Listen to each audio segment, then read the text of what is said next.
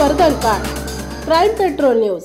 नमस्कार, आपण पाहताय क्राईम पेट्रोल न्यूज. पाहूयात महत्त्वाची बातमी. दुबईतील कंपनीला औषधांची मोठ्या प्रमाणात गरज असल्याचे सांगून पुण्यातील वैद्यकीय औषधांची घाऊक विक्री करणाऱ्या वितरकांना दोघांनी 4,40,00,000 रुपयांना गंडा घातल्याचा प्रकार समोर आला आहे. या दोघांनी पुण्यातील इतरही काही वितरकांकडून औषधे घेऊन त्यांची फसवणूक केली आहे. याबाबत निलेश सोनगिरा यांनी विश्रामबाग पोलीस ठाण्यात फिर्याद दिली. त्यावरून पोलिसांनी सोनाली गिरी गोसावी, कोहिनूर ग्लोरी सोसायटी आणि जयेश जैन यांच्यावर गुन्हा दाखल केला. हा प्रकार 13 मार्च ते 8 मे 2025 दरम्यान घडला आहे. याबाबत पोलिसांनी दिलेल्या माहितीनुसार निलेश सोनीगरा यांचे न्यू अमर फार्मास्युटिकल्स या नावाची औषधे विक्रीचा घाऊक व्यवसाय आहे. ते पुण्यातील वेगवेगळ्या मेडिकल हॉस्पिटल यांना घाऊक दराने औषधांचा पुरवठा करतात. 2020 मध्ये सोनाली गिरी गोसावी यांची ओळख झाली.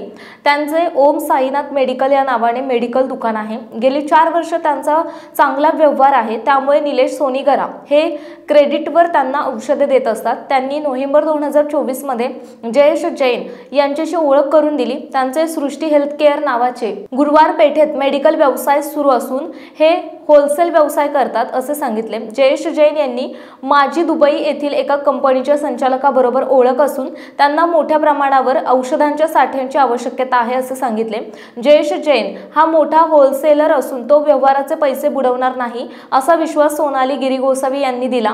त्यावर विश्वास ठेवून 13 मार्च ते 8 मे दरम्यान या कालावधीत 4,40,35,905 रुपयांची औषधे 1 महिन्याच्या क्रेडिटवर सोनाली गिरी गोसावी यांच्या ओम साईनाथ मेडिकल्सच्या नावाने दिली. त्यासाठी त्यांनी 60 धनादेश दिले होते. त्यानंतर पैसे देण्यास टाळाटाळ करू लागल्या. बँकेमध्ये चेक भरू असे सांगितल्यावर त्यांनी खात्यात पैसे नसल्याचे सांगितले. नंतर त्यांनी फोन घेणे बंद केले.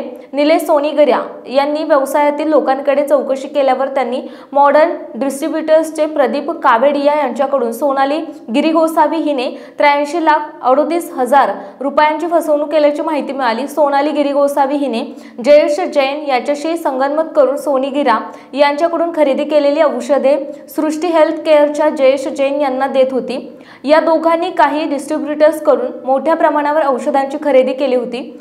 त्याचे पैसे अद्याप दिले नाही. त्यामुळे निलेश सोनीगिरा यांनी पोलिसांकडे धाव घेऊन फिर्याद दिली आहे. पोलीस निरीक्षक अरुण घोडके तपास करतायत.